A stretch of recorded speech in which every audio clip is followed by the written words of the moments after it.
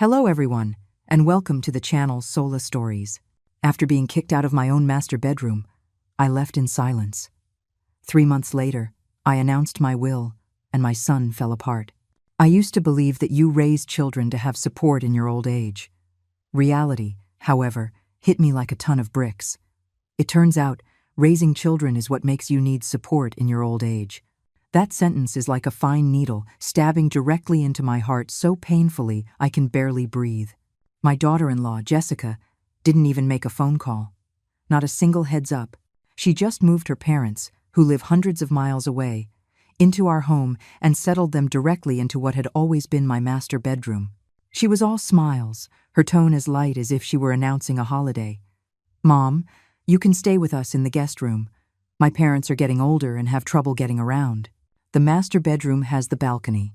It's brighter, and it's easier for them to get some Sunday."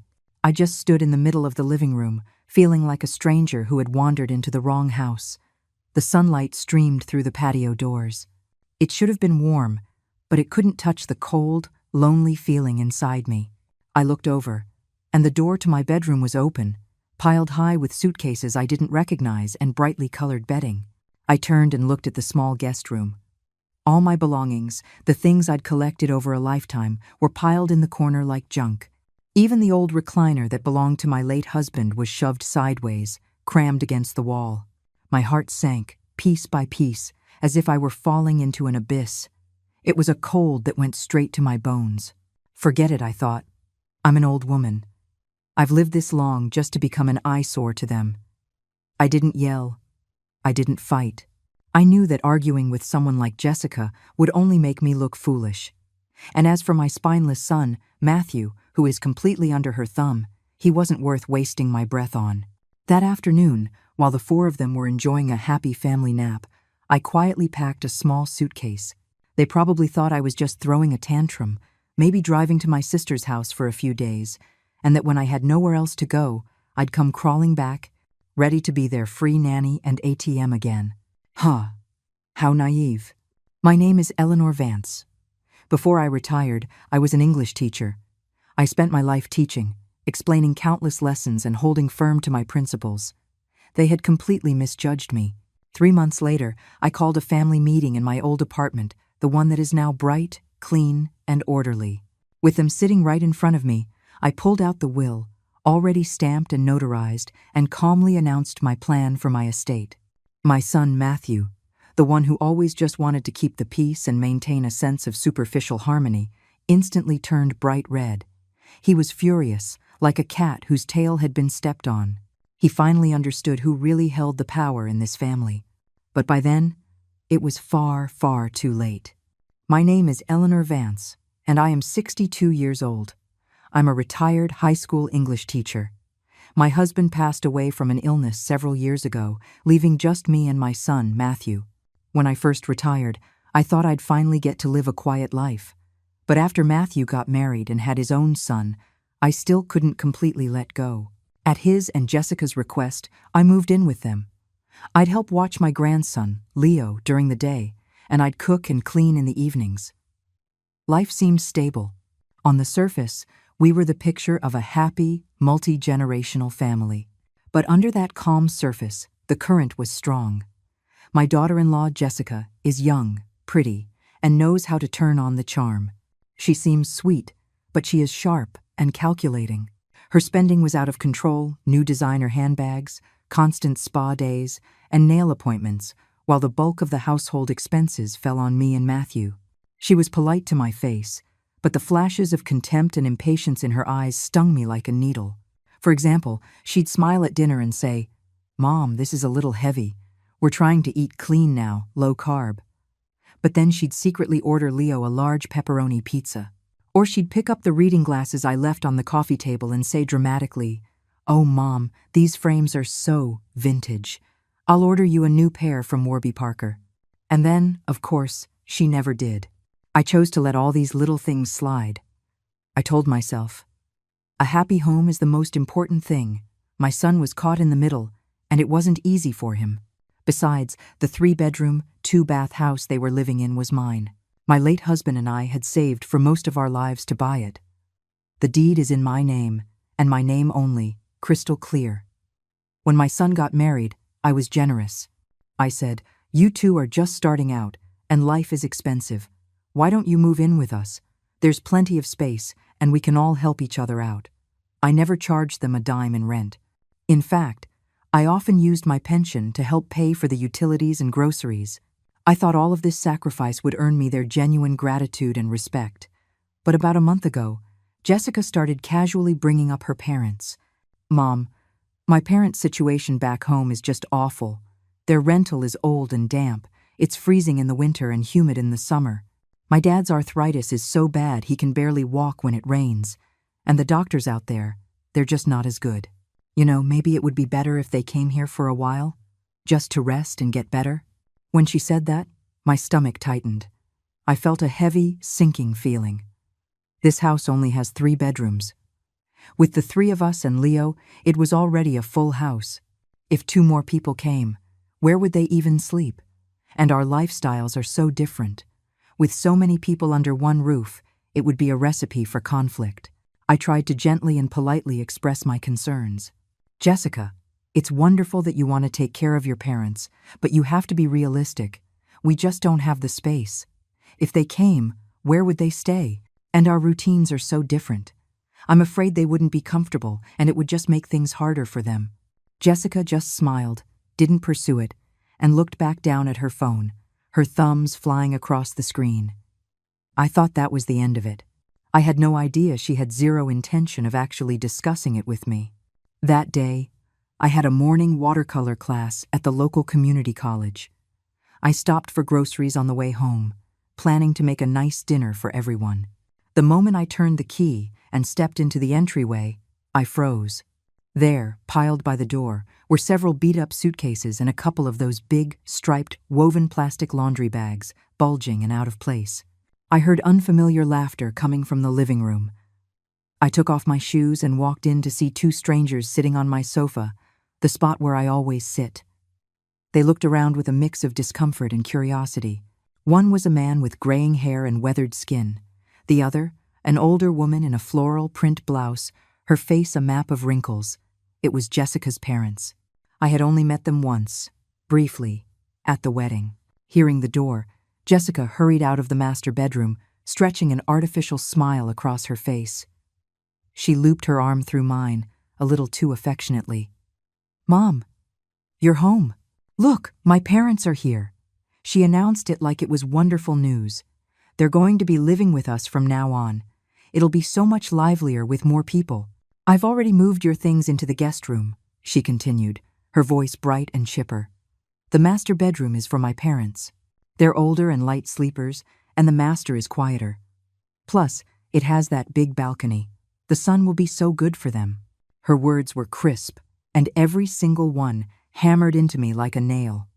This wasn't a discussion. It was a hostile takeover. There was no room for negotiation. I looked past her at the half-open door to my bedroom. My vanity, which I had used for over a decade, was gone. In its place were a strange thermos and several prescription bottles. The orchid I had carefully tended to for years was shoved into a corner, replaced by a fake plant I'd never seen before. And my books, my family photo albums, and the few keepsakes from my late husband. They were all now brutally crammed into the tiny, pathetic space of the guest room, like a group of homeless refugees. My son, Matthew, stood behind his wife, his eyes darting everywhere except at me. He was wringing his hands, and his lips trembled before he finally mumbled, "Mom, Jess, she's just trying to help." Help? How is this helping? This is a blatant, arrogant takeover of someone else's space, and they were talking about it like it was a noble act. In that moment, all I felt was an icy chill creeping up from my feet, straight to my heart, and into my head.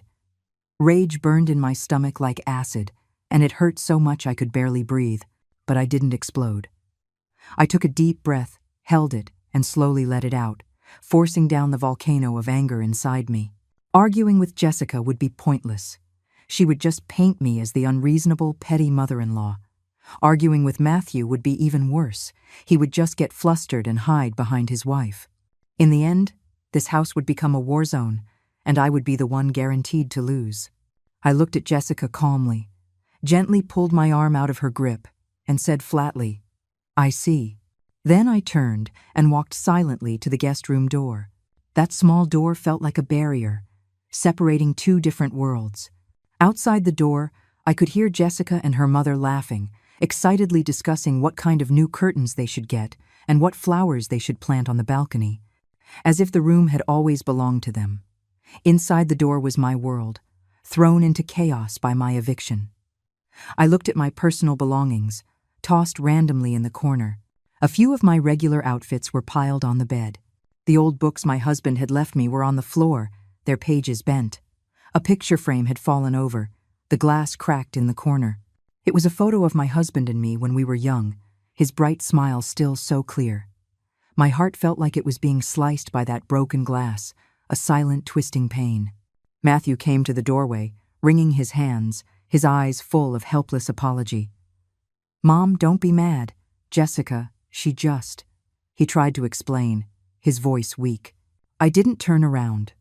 I just cut him off, my voice cold. "You don't need to say anything. I understand." And I did. How could I not? I understood Jessica's selfishness and her schemes. She had no respect for me as her mother-in-law, and even less respect for the fact that I was the actual owner of this house. I also saw my son's cowardice and weakness.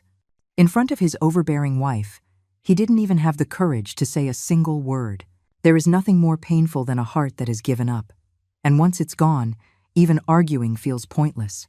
I realized that the greatest distance in the world isn't between life and death. It's standing in front of your child, and he thinks it's perfectly natural to give your room to his mother-in-law. That afternoon, while Jessica was excitedly showing her parents around the neighborhood, Matthew made an excuse to slip out. He probably went to a sports bar to watch the game, anything to escape the reality of what he'd allowed to happen. I closed the guest room door and quietly began to pack. I didn't take much. Just the most important things: my driver's license, passport, bank cards, a few pieces of jewelry, and that picture frame with the cracked glass, which I wrapped carefully in a shirt. The clothes, the bedding, the everyday items. I left almost all of it. They could have it. It would save me the trouble of dealing with it. I picked up my phone and dialed my sister, Carol. "Carol, I need a favor. Do you still have the number for that cleaning service you used? I need to hire a reliable crew to do a deep clean of my old apartment tomorrow. I'm planning on moving back in." I tried my best to keep my voice steady. There was a pause on the other end. Then, worried, she asked, "Eleanor, what happened? Did you and Jessica get into a fight?" "It's nothing major. I need some quiet. I didn't want to get into it. You don't air your family's dirty laundry. Besides, telling her would only make her worry." After I hung up, I called the cleaning service and arranged the time. With everything settled, I grabbed my small carry-on suitcase, ready to leave the house that was suffocating me. As I walked into the living room, Jessica and her parents were just returning, their hands full of bags from the grocery store, laughing and chatting. When she saw me with the suitcase, Jessica froze. Then, a fake smile quickly spread across her face. "Mom, where are you going? Why are you all packed? We're family. We don't let things fester. Don't be upset over such a small thing." She put her hand on my arm. "About the master bedroom. If you're really uncomfortable, we can definitely sit down and talk about it." She said talk about it, but her eyes were full of calculation. She had no intention of giving me the room back. She thought I was just throwing a tantrum, planning to stay with my sister for a few days until I cooled off or they offered some half-hearted apology, and then I'd come back. Talk about it? I thought. After you've already thrown all my things out, then we'll talk? I couldn't even be bothered to look at her. I turned my back and walked to the door to put on my shoes. "Mom, are you really leaving?" Matthew, who must have just gotten home, saw what I was doing, and panic flashed across his face. He reached out to stop me. Jessica, moving quickly, grabbed his arm and shot him a look. It was a look of cold, confident dismissal, as if to say, "Let her go. Where is an old woman going to go? She has no money, no support. She'll be back, ready to do what we say, soon enough." I laughed to myself, the nerve of these people. You give them an inch, and they take 10 miles until they've backed you into a corner. There's no point in reasoning with them. Better to just play your hand and let them face reality. Ignoring their drama, I opened the front door. I looked at Matthew and said, my voice like steel, I'm going back to my own home. You're on your own. Without a backward glance, I walked to the elevator. The doors slowly closed, shutting out Jessica's fake smile and Matthew's panicked, helpless face. The cab I'd called was already waiting downstairs. As I got in and watched the familiar streets blur past the window, I didn't shed a single tear. Instead, I felt an incredible sense of relief and liberation. I felt like a prisoner who had finally broken free from heavy chains and was seeing the sun for the first time. There is no grief like a heart that has given up. But maybe that was a good thing. When the heart gives up, the pain stops. All that's left is a cold, clear calm. I had made my decision. There was no turning back. My old apartment was on the west side of the city. It was a unit my school had provided before I was married, which I later bought. It wasn't huge, just 2 bedrooms, but it was in a great location, and the neighborhood was quiet. It had been empty for years, and a thick layer of dust covered everything. The air was stale. The next day, the cleaning service arrived right on time. They worked hard all day, and by the evening, the entire place was spotless. I opened every window, letting the fresh air and bright sunlight flow in, chasing out the dust and the gloom.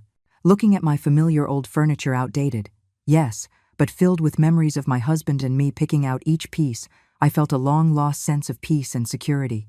This was where I truly belonged. No fake smiles, no manipulative games, and no suffocating pressure. I rearranged the furniture, placed my husband's photo on the nightstand where I could see it, and put the orchid that had been neglected on a sunny windowsill. Life finally felt like it was back on track. I started planning my real retirement.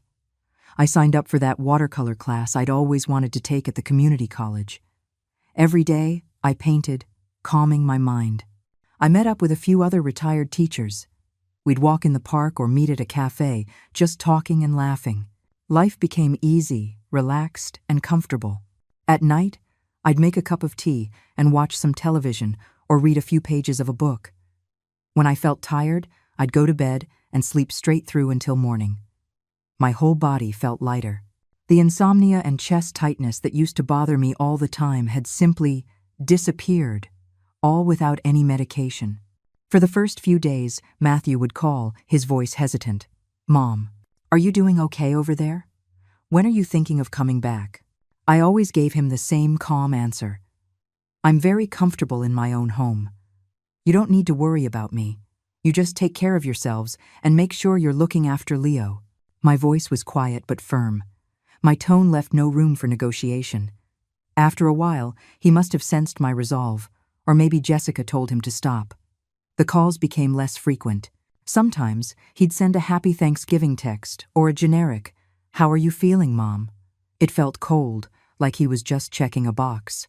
I didn't care. I used to think that happiness in old age meant revolving around your children and grandchildren, worrying about them constantly. Now I understood. True happiness is having money in your bank account, being in good health, and living a quiet, peaceful life. And most importantly, not having anyone in your life who can effortlessly ruin your day. On my end, life was calm. On their end, however, Jessica was clearly starting to panic. She probably assumed that an old woman living alone would be overwhelmed by loneliness in a few days, or that I'd be unable to handle basic chores, and I'd come crying back. But a month went by, and not only did I not come back, I didn't even call to ask for help or complain. Her little trap had failed completely, and now she was nervous. First, she had Matthew call me, trying to test the waters and persuade me to return. When I didn't budge, she finally broke down and called me herself. When I answered, she started with some fake, syrupy concern, her voice cautious. "Mom, we're just not comfortable with you living all alone. And Leo, he asks about his grandma every day." I just made a non-committal sound, deliberately not taking the bait. She paused, and I could hear the irritation creeping into her voice. "Mom, you know, with my parents here, our expenses have really gone up. When you were here, you helped out, but now, the fox was showing its tail." She continued, hinting heavily. My dad's leg. The doctor said he needs physical therapy, and the co-pays are adding up. And Leo's soccer fees are due. Things are just really tight right now. It was all about one thing. She wanted me to give them money. I laughed silently to myself, but my voice was steady. Oh, really? Well, then you two will have to get better at budgeting. Jessica probably didn't expect that answer. She was stunned for a second, and then her voice turned hard. Mom, I just mean, you have a good pension. Can't you help us out a little? We're family after all. You have to think of the big picture. Family? I repeated the word, my voice dripping with irony. When you moved your parents in, took my room, and threw me into that guest room like a piece of trash, did you think about family then? Did you think about the big picture? I didn't give her a chance to argue. I cut right to the chase. Jessica, my pension is what I earned from a lifetime of hard work. It's my retirement security, and it's just enough for me to live on. Since you were able to move your parents in to live with you without my permission, then you can bear the responsibility that comes with it. You didn't consult me then, so don't expect me to pay for your decisions now. The second I finished, I hung up the phone. Listening to the dial tone, I let out a long breath. I used to be the all-powerful mother. Now, in their eyes, I was just a walking ATM. Well, too bad for them. From now on, this ATM serves only one customer, me. When she couldn't get what she wanted by being nice, Jessica immediately switched to playing dirty. It was her usual move, spread rumors and slander me behind my back. A few days later, the calls from relatives started. Matthew's aunt, Patty, called, her tone scolding. Eleanor, what is this I hear? You had a fight with the kids and moved out? Matthew and Jessica don't have it easy, you know. You're the mother. You need to be more understanding. You can't just get into a fight with your daughter-in-law like that. Then my distant cousin's daughter called, whispering, Auntie, Matt told me Jessica didn't think things through. Don't take it to heart. Your family, you can talk this out. We're all worried about you living alone. Behind all their words was the same message. I, the mother-in-law, was the one to blame. I was intolerant, cold-hearted, and petty. I had blown up at the kids over one small thing and abandoned my son. Listening to these twisted versions of the truth, all fed to them by Jessica, I was furious. But I held back. I didn't waste my time arguing with people who either didn't know the truth or were pretending not to.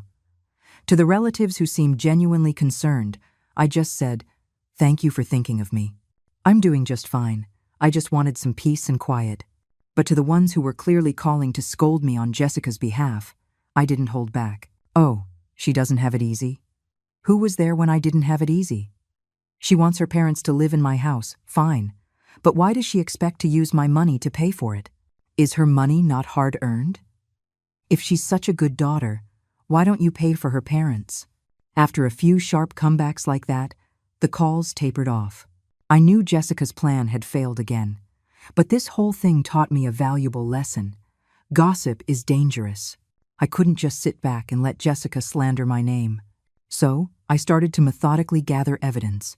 I scrolled back through old text messages, finding all the times Jessica had hinted I should pay for things for her, or complained that I wasn't generous enough. I also called an old neighbor I was still friendly with and quietly asked how things were going at the house since I left. As I expected, I got an earful about how Jessica was complaining about me, and even bragging about how she'd get the house one day. My neighbor even sent me a short voice memo she'd taken of Jessica complaining loudly to someone in the driveway. I also called an old friend who's a retired lawyer. I asked him for advice on estate law, property rights, and defamation. I wasn't planning to sue. I just wanted to know my rights. I needed to have my ducks in a row. I had to have the power to protect myself and fight back against their lies. If they wanted to sling mud, they were about to find out that I wasn't going to just stand there and take it. Time flew. Suddenly, it was the second month. Just as I predicted, without their free nanny and ATM, Matthew and Jessica's lives started to fall apart. Without my pension supplementing their income, their finances were a wreck. Jessica, who still spent money like water, quickly drove them into debt, and having her parents there wasn't just a financial strain, It was a cultural clash. Her parents were used to going to bed early and getting up at the crack of dawn, while Jessica and Matthew stayed up late playing video games or scrolling on their phones. Her parents liked simple, plain food. Jessica wanted spicy takeout and complained their cooking was bland. Her parents were frugal to a fault and constantly nagged Jessica about her wasteful shopping habits. At first, Jessica tried to put on a happy face, but it didn't last. She started openly complaining to Matthew that her parents were a burden and that they were drowning in bills. Matthew, stuck in the middle, was miserable. One night, he showed up at my apartment. He looked exhausted. His eyes were sunken. He hadn't shaved in days, and his t-shirt was wrinkled. The moment he walked in, his eyes filled with tears, and he choked out, "Mom, I can't do this anymore." He rambled, complaining about how unreasonable Jessica was, how difficult her parents were, how stressful life was. He finally broke down, sobbing and begging, "Mom, please just come back. Or at least, just lend me some money. We can't keep going. The whole family is going to fall apart." Looking at my son, so haggard and broken, I have to admit I felt a twinge of pity. He is my son, my own flesh and blood, the child I poured my entire life into. But right after the pity came the disappointment, and that helpless frustration of "I told you so." I handed him a glass of water and watched him gulp it down. Then I spoke, my voice quiet but firm. "Matthew, this is the path you chose. When Jessica insisted on moving her parents in and kicking me out, if you had shown even half of the courage you're showing me right now, if you had stood up for me and said no, we would not be here. But you chose to be silent. You chose to run away. You chose to let your mother take the fall. You should have known this was how it would end. You are an adult, and you have to take responsibility for your choices. Every problem you are facing right now is the direct result of the seeds you planted." I paused, looking at his pale, shocked face. "As for money, I will not lend you any, and you can go back and tell your wife that she will not see one single penny of my money. Ever." Matthew's lips trembled. He looked like he wanted to say something, but in the end, he just lowered his head, completely defeated. I knew my words were harsh, but it was medicine he had to take. A soft heart is a liability, especially with people who are used to walking all over you. The softer you are, the more they take. I could not let him hold on to any false hope. After he left, I closed the door and leaned against it, letting out a long, heavy sigh. I felt a strange mix of sadness and a new, sharp sense of resolve. I picked up my phone and dialed my lawyer friend again. "Hello, David. It's Eleanor Vance. I've been thinking about what we discussed, and I'd like to move forward. I need to draw up a new will." He was quiet for a second, then asked gently, "Eleanor, are you sure? You don't want to reconsider? He's your only son." "I'm sure," I said, without a trace of hesitation. "Some people just aren't worth the emotional energy anymore." David didn't try to change my mind. He just professionally explained the process, what I needed to do, and the documents I'd need to bring. After hanging up, I sat on my sofa and thought. My main assets were the 2 properties, the house they were living in, which was worth maybe $4 million, and my current apartment, which was smaller but still worth over $2 million. On top of that, I had several $100,000 in savings and some investments. It was everything my husband and I had worked and saved for our entire lives. I used to believe, without question, that all of it would go to Matthew. He's our only child. Who else would it go to? But now, my mind was changed. Matthew's weakness and Jessica's greedy, selfish nature had frozen my heart. If I left them that money, I could already see them burning through it, fighting with each other over every last cent. And me? I'd probably be left without a penny to my name. Absolutely not. My money would not be squandered by those ungrateful, grasping people. I took out a pen and paper and started to plan. Leo, my grandson, he was innocent in all this. And I had practically raised him. I loved him dearly. I couldn't cut him out completely, but I also couldn't let that money fall into Jessica's hands. After thinking it through, I decided I would set aside 10% of my total estate in a dedicated educational trust fund. I would designate a trustworthy executor, like my sister, Carol, or a professional firm. That money could only be used for Leo's future education. The principal could not be touched by anyone until he was an adult. As for the other 90%, I looked out the window at the bright blue sky, and my mind was clear. I was going to donate it. All of it.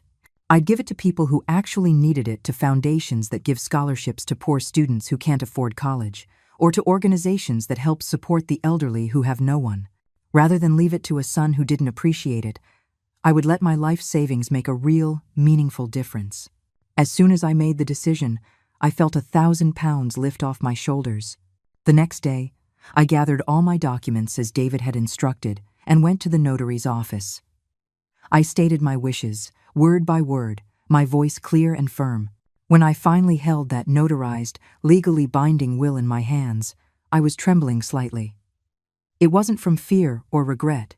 It was the peace that comes from taking back control of your own destiny. I did it all by myself. I didn't tell a soul, not even my sister. This was my decision to make. I used to think the meaning of life was to leave the best for the next generation. Now I know the first priority is to live your own life with comfort and dignity. 3 months passed. During that time, just as I'd expected, the situation at Matthew and Jessica's house went from bad to worse. My sister told me they were fighting constantly, mostly about money. Jessica had apparently started complaining openly about her own parents, calling them a burden. Her parents, who were no saints themselves, fought back, accusing Matthew of being a spineless loser who couldn't provide for his wife. The house was a war zone. Even little Leo, she said, had become quiet and withdrawn. It was heartbreaking. Right at the 3-month mark, Matthew and Jessica showed up at my apartment. This time, Matthew wasn't crying or begging. They seemed to have formed some kind of united front. They were here to be aggressive. When I opened the door, Jessica had that familiar, sickeningly confident smile on her face, though I could see a flicker of anxiety in her eyes. Matthew stood behind her, his shoulders back, trying to look strong, though he still couldn't quite meet my gaze. "Mom," Jessica started, skipping the pleasantries. Her tone was demanding. "We've talked it over. This little apartment is fine for you. The house we're in. You need to sign it over to Matthew." She paused, then added, as if it were obvious. "After all, we've been living there for years, and Leo's school is in that district. It's our house now. You should just sign it over and save everyone the trouble later." I looked at them, so self-righteous, so entitled. My God, the nerve. They could say this with a straight face, treating my property as their own. But my patience had run out the moment they kicked me out of my room. I didn't argue. I just looked at them and nodded slowly. "I see. The house." I stepped aside. "Please, come in. Sit down. As it happens, I have something for you, too." Seeing that I wasn't immediately refusing, Jessica and Matthew shot each other a look of triumph. They thought I was caving. They thought I was going to sacrifice my own well-being for the good of the family or for my grandson. Jessica even smoothed her shirt, a little smirk playing on her lips. I poured them both some tea and sat down in the armchair across from them. The only sound was the ticking of the old clock on the wall. My eyes and theirs went to a large manila envelope on the coffee table. Jessica was staring at it, but she was still focused on the house. She took a sip of tea and asked impatiently, "So, Mom, what have you decided about the transfer?" I held up my hand to stop her. I slowly reached for the envelope. My movements were calm. I looked at their faces, which had suddenly become tense. "I asked you here today to make things perfectly clear." I tapped the envelope. "This," I said, my voice perfectly level, "is my last will and testament, fully executed and notarized." "A will?" They both yelped at the same time. The smug, expectant looks vanished, replaced by pure, unadulterated shock. Matthew's face went white. He turned to look at Jessica, who was now glaring at the envelope, as if it were a snake. "Mom, why would you make a will?" Matthew stammered, his voice shaking. I smiled, but there was no warmth in it. "It's a part of life, Matthew. When you get to my age, it's wise to get your affairs in order, to avoid complications." I didn't open the envelope just yet. I wanted them to hear it from me first. I wanted them to watch their greedy dream get shattered, word by word. According to my wishes, my entire estate, including but not limited to. I paused, then said each word clearly. The property on the east side where you currently reside, this apartment on the west side where I reside, and all of my bank accounts, investments, stocks, and bonds. Jessica's eyes lit up. She leaned forward, holding her breath. Matthew swallowed hard. Upon my death, I continued, my voice as casual as if discussing the weather, will be distributed as follows. Part 1. 10% of my total estate will be placed in a dedicated educational trust fund, to be used exclusively for the education of my grandson, Leo Vance. This fund will be managed by my sister, Carol Vance, and under no circumstances may the principal be touched by anyone until Leo turns 18. Jessica's face darkened. She was clearly furious about the restrictions. But before she could speak, I delivered the final blow. Part 2. The remaining 90% of my estate. I let my eyes travel over their faces, which were now turning an ashen gray. It will be donated, in its entirety, to the Boys and Girls Clubs of America and a local hospice foundation to help underprivileged students and to provide care for the elderly. The words hung in the air. The room was so quiet it was suffocating. Even the ticking of the clock sounded loud and hostile. Matthew's face went from white to gray to a splotchy red. His mouth hung open. He looked like a fish out of water, gasping but making no sound. Jessica, however, shot up from the sofa. She pointed a shaking finger at me, her voice a high-pitched shriek of outrage. What? You're donating it? Are you insane? You're giving all our money to strangers? What about us? What about Matthew? He's your son. Your only son. Her voice was like a knife. I just stared at her, my face calm. Mom? Matthew, jolted by her screaming, finally found his voice. He stood up, trembling with rage. His eyes were bloodshot. How could you? How could you do this to me? I'm your son. How can you give our house, all our money, to strangers? How are we supposed to live? He was so angry, the veins in his neck were bulging. And there it was. The mask was off. The people who had talked about love and family were now showing their true colors. The second they found out my money wasn't going to them, the pretense of love vanished, revealing the raw, ugly greed underneath. Facing their hysteria, I felt strangely calm. This must be what it feels like to be truly done. When you're past the disappointment, their hysterics just look ridiculous. I picked up my teacup, blew gently on the surface, and took a sip. I looked at Matthew. How could I? I set the cup down. My voice was low, but it cut through their shouting. When you gave my master bedroom, the room I lived in for decades, to your in-laws and kicked me into that tiny, dark guest room, when you let my late husband's belongings be thrown in a pile, did you ever ask yourself how you could be so cruel? My gaze shifted to Jessica, whose face was red and white. And you. You talk about taking care of your parents. That is your right. I never stopped you. But, my voice turned to ice, living in my house, while eyeing my bank account and expecting me to pay for your filial piety, that is not your right. In 3 months, how many times did you call to see how I was? Not once. Unless it was to hint about money or to demand the house. Did you ever once ask if I was okay? Before they could answer, I picked up my phone and hit play. It was the voice memo from my neighbor.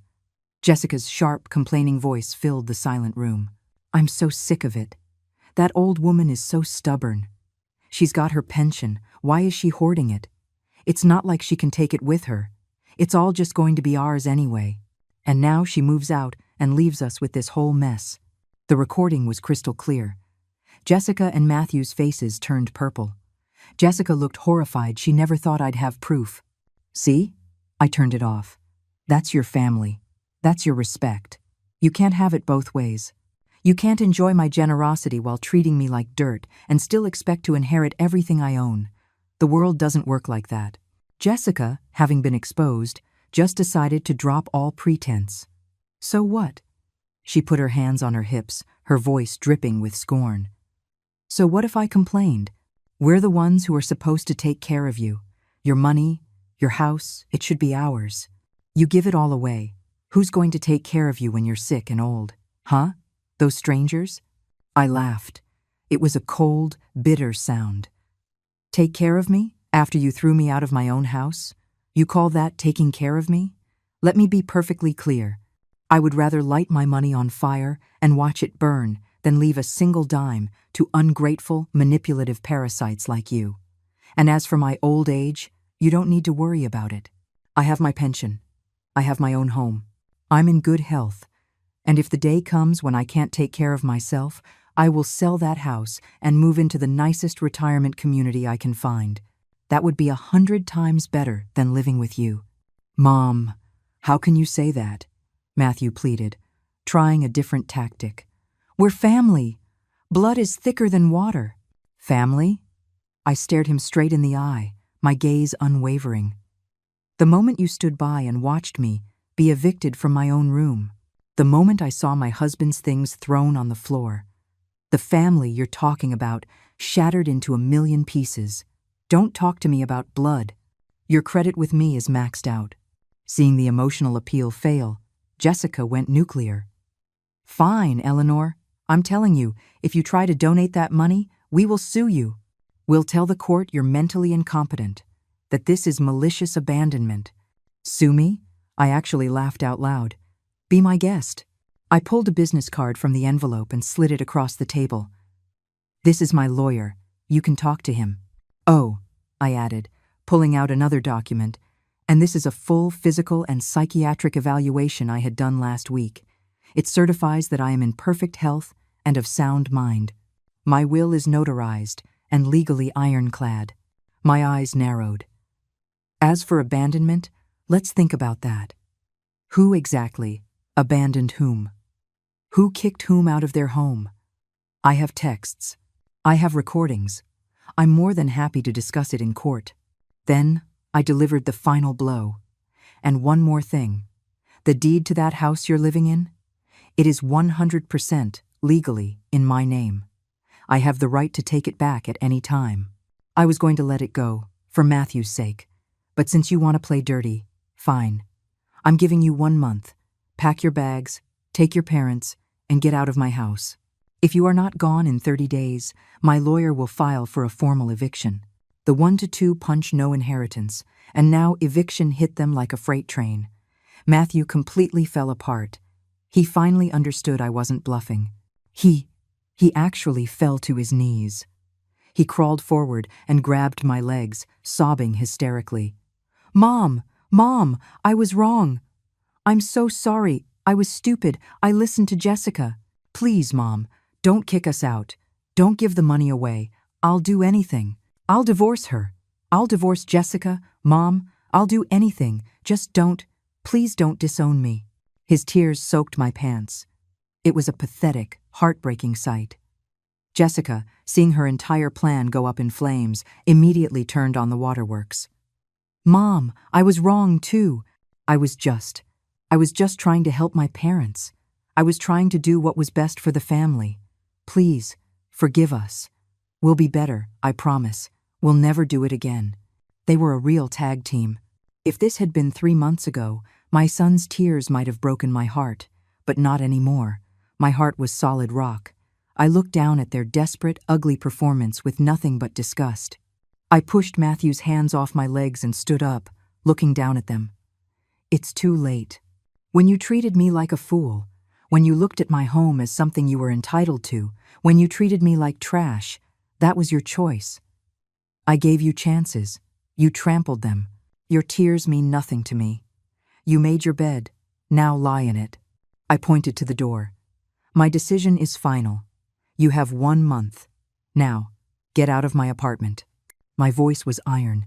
They stared at me, their faces a mask of hatred and shock. Jessica looked like she wanted to spit, but she knew she had lost. Matthew, looking completely destroyed, let her pull him to his feet and drag him out the door. After they left, I sat alone in the quiet living room. The sun was streaming in. I took a deep breath. I felt exhausted, but for the first time in years, I felt light. I had finally cleaned the poison out of my life. 1 month came and went. Unsurprisingly, they were still there. Instead of packing, they sicked the relatives on me. The guilt trip started. Eleanor, how can you do this to your own son? He's your blood. Jessica learned her lesson. Just give the kids another chance. Don't be so heartless. Think of your grandson. This time, I didn't even bother to argue. I had my lawyer send an official, certified eviction notice. It stated that if they were not off the property by the deadline, he would file for a court-ordered removal. As for the relatives, I blocked their numbers. I was done. I went on with my life. I went to my classes. I had coffee with my friends. I even posted a few pictures on Facebook from a little weekend trip I took, and some of my new watercolor paintings. I made sure to post photos of me smiling, surrounded by friends looking happy and healthy. I knew they'd see them. Finally, facing a legal eviction and the very real threat of the sheriff showing up, they cracked. Jessica's parents, apparently unable to stand the side-eye from the neighbors and the stress of it all, quietly packed up and went back to their rural county. With their common enemy, me, gone, Matthew and Jessica turned on each other. The pressure of being broke and homeless made them explode. She blamed him for being a weak mama's boy. He blamed her for being a greedy monster who had ruined his life. The final straw, I heard, was when Matthew discovered Jessica was secretly transferring the last of the money from their joint checking account to her own, and had already met with a divorce lawyer. He finally saw that she had never loved him. She loved what she thought he would inherit. They filed for divorce 2 days before the eviction deadline. It was messy, but it wasn't my problem. The day after, they moved out separately, each with just a few bags. My lawyer handled the key exchange. Jessica, I assume, went back to her parents. Matthew rented a cheap, dark little room in a rundown apartment complex way out in the boonies. My lawyer asked what I wanted to do with the house. I thought about it and decided to have it cleaned, put in new carpet, and rent it out. The extra income would make my retirement even more comfortable. A few months later, Matthew showed up at my door. He looked 10 years older. He was gaunt, his hair was a mess, and his eyes were dull. He just stood there and whispered, "Mom." I let him in. He sat nervously on the edge of the sofa, wringing his hands. After a long silence, he looked at me, his eyes red. "Mom," he choked out, "I know, I was wrong. I'm so sorry. I wasn't a man. I let you down." He just sat there and cried, apologizing over and over for how he had betrayed me. Looking at him, my son, I did feel my heart soften. But I wouldn't make the same mistake again. I listened. When he was finished, I said, "Matthew, I'm glad you understand what you did. You are my son. That will never change. I acknowledge that. But," my voice became firm, "what you and your ex-wife did destroyed the trust between us. A simple, 'I'm sorry,' can't fix that. You can't just glue a broken mirror back together and pretend the cracks aren't there." I looked him in the eye. "I will accept you as my son. You can come and visit me, but we will not go back to the way things were. You are an adult, and you have to walk your own path. I will not be your safety net. I will not be your ATM. If you can grow up, get your life together, and learn what responsibility really means, then maybe, over time, we can rebuild something. But for now, this is how it has to be." I didn't give him any money. He had to learn to stand on his own. My life, on the other hand, is wonderful. I'm busy. I'm taking a history class now. My friends and I have potlucks. We go line dancing in the park, and we're planning a trip to Florida next spring. I am healthy, my finances are secure, and my mind is at peace. And that, Will? I haven't changed a thing. I get regular updates from the foundations. When I see the pictures of the students who got scholarships or read about the new comforts provided at the hospice, I feel a sense of purpose that is worth more than any inheritance. Sometimes I share my story with my friends, not to brag, but to warn them. In your later years, you must protect yourself, protect your assets, and protect your boundaries. You cannot set yourself on fire to keep your children warm. Their happiness is their own responsibility. Our first job is to live our own lives with dignity. The greatest wisdom of old age isn't how much you leave behind for your children. It's how much dignity and how much freedom you saved for yourself.